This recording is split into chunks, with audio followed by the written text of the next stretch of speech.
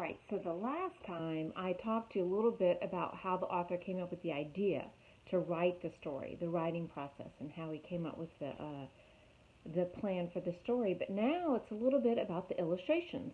So for those of you interested in art, this is very interesting. Behind the scenes.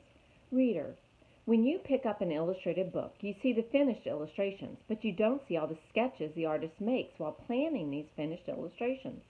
That's why for the paperback edition of The Wild Robot and The Wild Robot Escapes, I thought I'd share some of the sketches I made while planning the finished art.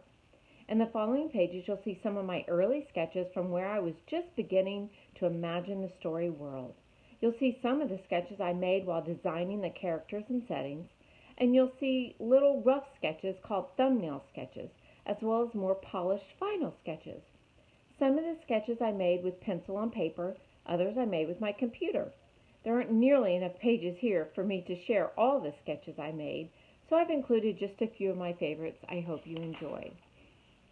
So it says, I always loved nature stories, and I've always loved robot stories, but I never considered making a robot nature story until I drew a little picture of a robot in a tree.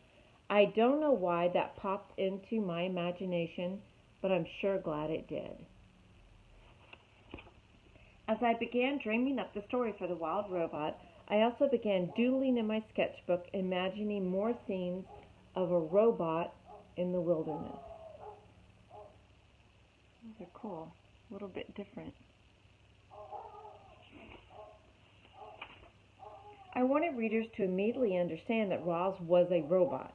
I didn't want there to be any confusion, and that is why I kept her design very simple. So it's changed. Sorry for the dogs barking, whatever. There's some more. As I continued refining Roz's design, I also began working on designs for other characters and the environment.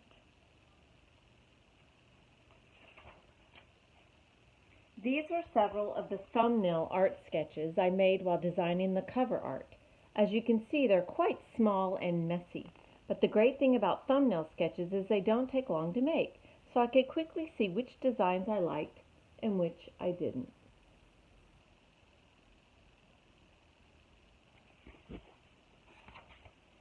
Here you can see how the rough pencil sketch above led to the tighter digital sketch below, and then the final sketch to the right.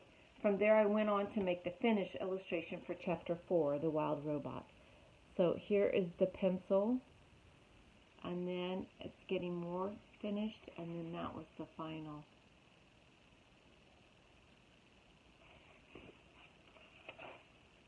I thought readers might care more deeply about my robot character if she had a family, and that's how I got the idea for Bright Bill, the orphan gosling whom Roz rescues and adopts as her son.